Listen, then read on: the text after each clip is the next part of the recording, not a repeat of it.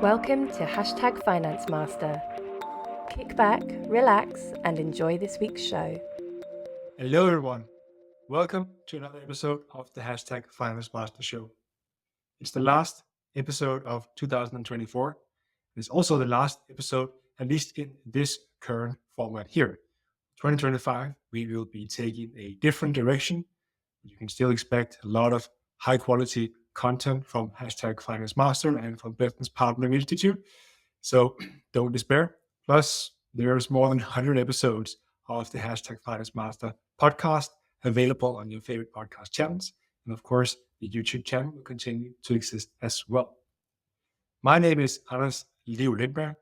I'm your host, and it is and has been a pleasure to take you through a ton of trends in finance and accounting throughout the past few years. And what more befitting than have a final episode on trends in finance and accounting for 2025. It's a core topic and passion of mine, so you can really much look forward to that. But before we get into it, let me just repeat the rules of the show. We are recording it to be released as a podcast. Search #FinanceMaster in your favorite podcast platform, and you can find all the previous episodes there. You can also watch it back on YouTube. The #FinanceMaster channel on YouTube has crossed 2,000 subscribers and continues to grow by the day. You can be a part of the show too. If you have comments or questions, put them in the live feed and we'll be sure to bring them up. And as usual, I'd love to hear where you're tuning in from today.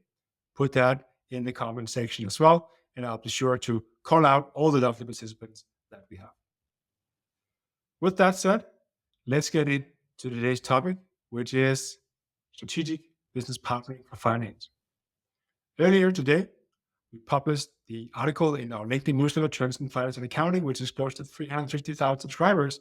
The article is Finance Ready to be a Strategic Business Partner? An open question. Let's see how we can answer it. So, what decisions matter most in a company?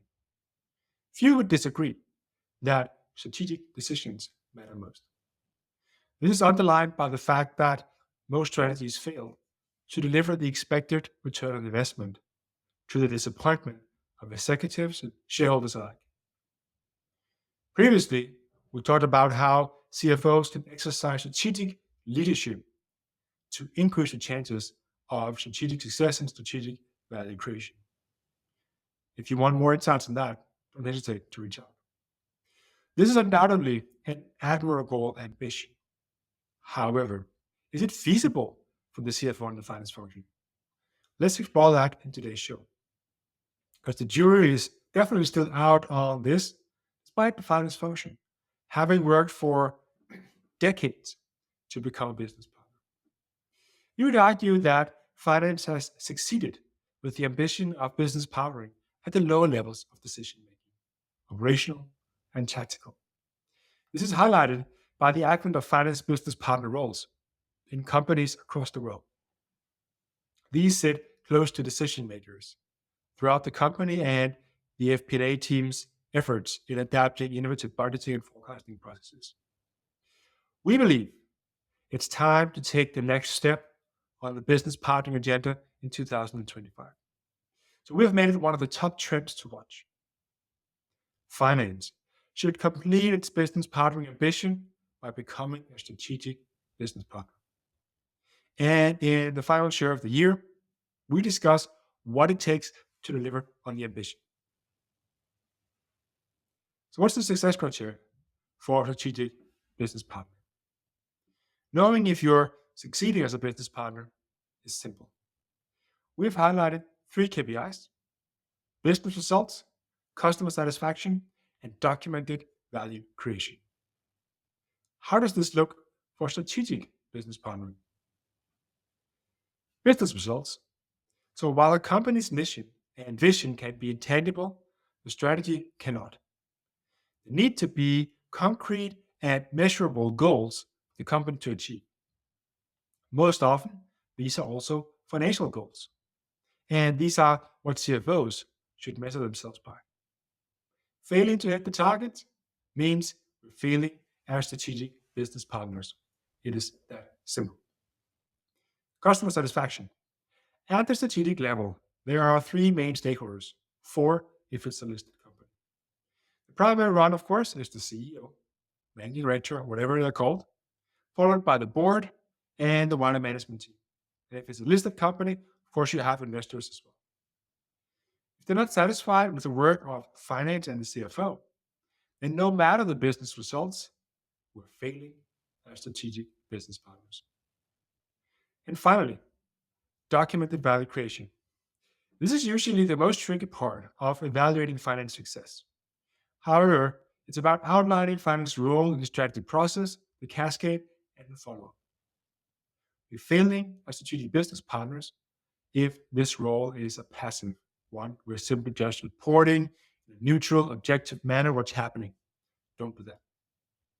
And there's a clear hierarchy in these three KPIs. Business results come first. Customer satisfaction comes second. And documented value creation comes third. Why is that? Well, it's because no one can be successful if the company is not successful, period. And secondly, even if the company is successful, if we're not recognized as being a part of it, then we're not successful. And finally, even if we are recognized, if we're recognized for the wrong things, we're still not successful. So we need to set the right ambition levels of what strategic business partner really means. So as you can see, or hear, it's all about our role. So we will deep dive into this to clearly explain what role we see CFOs and the finance function taking in 2025 to be recognized as strategic business partners. And just to say hello to everyone who has joined in along the way. Let us know where you're tuning in from. Happy to highlight, to say hello, just to get everyone involved in today's show. So it's all about being a co-owner, not a neutral observer.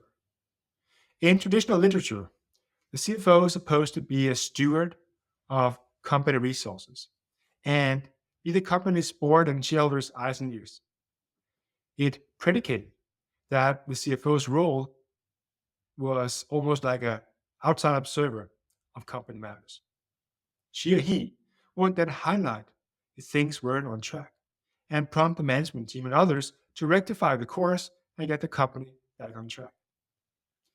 This has created a resentment-like culture around the CFO as a bean counter, naysayer, control freak, and more.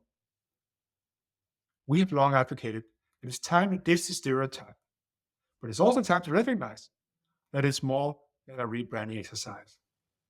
I have seen so many roles, controller roles, management accounting roles, simply getting a new business card and say, hey, you're our business partner. We had an interview with a candidate just the other day. He had been on an interim business partner role. And he said he was even doing bookkeeping around month end. How crazy is that? So it's definitely something else. It's about co-ownership of business results. Even though CFOs don't make any or many business decisions, how else can it be a partner? This requires that CFOs not only build relationships with the CEO and the management team, but also create an intimate space where people can confidently speak their minds without fear of concerns and insecurities landing in the boardroom. This is not what most CFOs are made for and requires a personal transformation. We cannot postpone this transformation anymore if we want the finance function to take the final step of the business partnering staircase. I remember once I was at a networking event where a CFO of one of the largest listed companies in Denmark was speaking.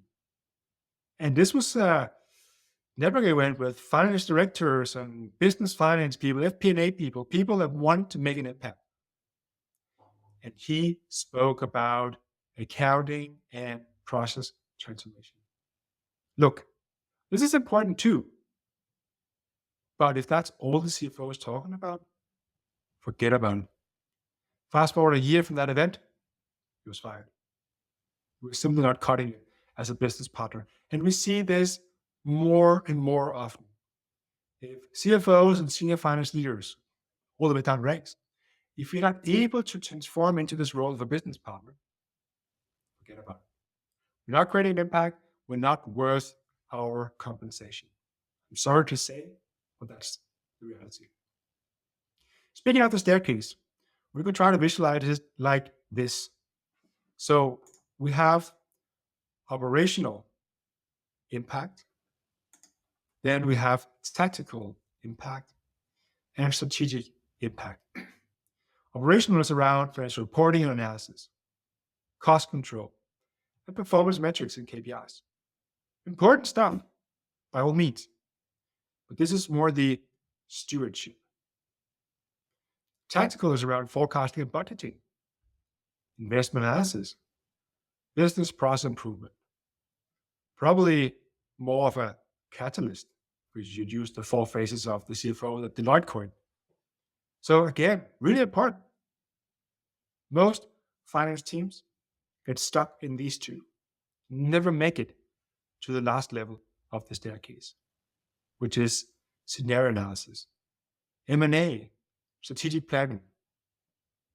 Of course, there's much more to do on each of the levels. And it's like a house. The foundation needs to be in place. So if the operational parts don't work, forget about it. The tactical part don't work, forget about it. So the clear-cut challenge with CFOs is to deliver on all of it to be recognized as strategic business partners. Of course, we also need an apparent picture of what activities to undertake strategically as CFOs and senior finance leaders. Fortunately, McKinsey has detailed this in the book Strategy Beyond the Hockey Stick. We took the liberty of making it ready for the CFO to take ownership. We posted it as an infographic in today's article. But if you want me to send it to you directly, just send me a message on LinkedIn saying strategic leadership for CFOs. And we'll send you our full article on this topic. But this is just one part of it. We also need to have a framework for driving strategy. And that we get in the Playing to Win framework from Roger Martin and AJ Lafley. They wrote the book Playing to Win. And I can highly recommend both these books if you want to be a strategic business partner. So we won't go into the Playing to Win framework today, but just highlight some of the levers that CFOs should work with to actually succeed with business partnering at the strategic level. We have to grow the company. We have to ensure funding and resources available. We have to invest in long-term growth, for instance, for R&D. We have to follow industry trends to ensure we're moving in the right direction. We have to expand geographically to chase growth. We have to do M&A in a programmatic approach. We have to chase productivity and differentiation improvements. We have to reallocate resources continuously. And finally, we have to spend our capital wisely on capital expenditures. A lot to do, and maybe you shouldn't focus on all of it. But there's definitely a lot to work on here already. And we do this strategic analysis for companies from time to time. And when we talk to the VPs of finance out there, they continue to be surprised about the results when we look 10 years back, when we assess their current strategy, and when we discuss, is your forecast and performance a real hockey stick or a fake one? They're mostly fake ones, so this is why we need to do this analysis. The first step for most CFOs, since they're not in the middle of creating a new strategy, is to evaluate the progress of the current and past strategies. Do so by calculating the financial value of each of these 10 levers. When we do this together with finance teams, it always reveals insights they had never considered. The trick is to show the development over 10 years. That's how long it takes before you can honestly evaluate the strategic success of a company. From that, CFOs can deduct the company's ability to strategize and execute the strategy. Use that to discuss the current strategy and what changes should be made. If it's unclear what, as we call it, big moves the company is making, you should prompt a full stop of activities and trigger a strategic planning process. We believe the CFO, or by extension the FP&A team, should facilitate this process to drive the right strategic outcomes. The CFO shouldn't be a neutral facilitator, but should be informed about the best choices so that he or she can drive the right discussions in the management team. It's nowhere near rocket science and should be feasible for most CFOs. Question for you. Do you think the finance function is ready to become a strategic business partner? Let us know in the comments, or if you're watching this back on YouTube or LinkedIn afterwards, let us know as well. Meanwhile, there are a few people joining in here. We have Abdul Rahim from Ghana, Yesenia from Costa Rica, Osmano from Ghana, and Danny from Brazil as well. Danny is an avid FP&A aficionado, I think we can call her. So if you're in Latin America, reach out to Danny. She's really driving some great things down there. So hello to Danny as well, and hello to everyone who is joining the show. Keep letting us know where you're tuning in from. We certainly appreciate it. And if you think we're ready or not, let us know. Otherwise, we can't come anywhere. So is the finance function future ready? This is the key question. One thing is being cognitively ready by knowing what to do and how to do it. If you ask most finance teams, though, they would say that this isn't a problem. Instead, it's creating time to make it happen. This is an age-old barrier or excuse, which there are many tools available today to solve. We talked about many options in our recent article, The Rise of AI-Driven Strategic Finance, another top trend to watch in 2025. And we've highlighted some more opportunities in the article this morning. We released a perspective together with IBM earlier this year called 10 Tasks for AI to Perform for FP&A. And here are things like advanced financial forecasting, automated reporting and visualization, natural language interaction, intelligent budget and planning, advanced risk management, anomaly detection and forecasts, collaborative financial planning, continuous learning and improvement as AI does, strategic scenario planning, and financial model explanation. And one of our other partners, he asked it wasn't really a rhetorical question, but he asked not so long ago because we were discussing AI in finance. And he said, if a CFO had $300,000 to invest in AI in finance, what should he do? Let us know in the comments. What do you think he or she should do? I said, automate your forecast. Single most impactful thing you can do in finance using AI. Why? Because it moves the discussion from what the number should be in forecasts and budgets and where else to how to make it happen, or what do we do if we're not satisfied with the number? This is extremely important. Many other things you could do as well. If you ask me, that's the answer. So technical solutions are available for AI to do all these tasks today. And to use a popular statement of late, CFOs who don't use AI to free time for strategic business partnering will be replaced by those who will. I have to say that I think just in the past few weeks, we have had discussions with 4 CFOs around AI in finance. Everyone is curious. Few are sure exactly what to do with it. And here I call on all system and tool providers. Help them. Embed AI into your tools. Make it easily available, easy to use, and we will see a significant wave of AI in finance next year.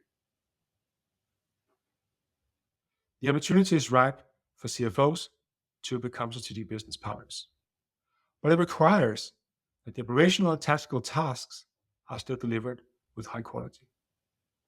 Technology is the only answer. We believe that the finance function is ready, but it won't come for free. CFOs who want to be strategic business partners need to invest in the right AI solutions elevate the finance role and upskill their teams to leverage the solutions. Act as co-owners at every level of the organization and ditch the neutral role they have held until now. If you want to understand the potential of being a strategic business partner, let's conduct a strategic value creation analysis together. The insights will help us plan for taking right strategic actions moving forward and joining the minority of companies that succeed with their strategy. That should be the reason for being for CFOs in 2025, and we're here to help. What an honor it has been to be with you here in the #FinanceMaster show. First as an audio for a long time, lately as a LinkedIn Live. Next year, we will return with what we call quarterly hot topics in finance. We hope to do some podcasts and videos also coming out of that. And we'll also share some shorter toolbox videos that you can dive into on the #FinanceMaster YouTube channel. Thank you to the audience for tuning in today, for tuning in tomorrow in the podcast on the YouTube channel. You're the ones that have made this show special, and I will continue to serve you daily on LinkedIn. After all, it's a community of 400,000 followers. And finally, just a shout out to the Realization Group, our agency in London, who has helped us run these shows for years and helped with a lot of other content creation during the years. Without them, we couldn't have built the company that we've built today. Thanks, everyone. For now, we'll be back next year in different shapes and forms. Until then, happy holidays to all of you. And should you have the need, you can always reach out to me on LinkedIn. Thank you. Goodbye. You've been listening to #FinanceMaster. Don't forget to subscribe to stay updated on the latest trends in finance and accounting.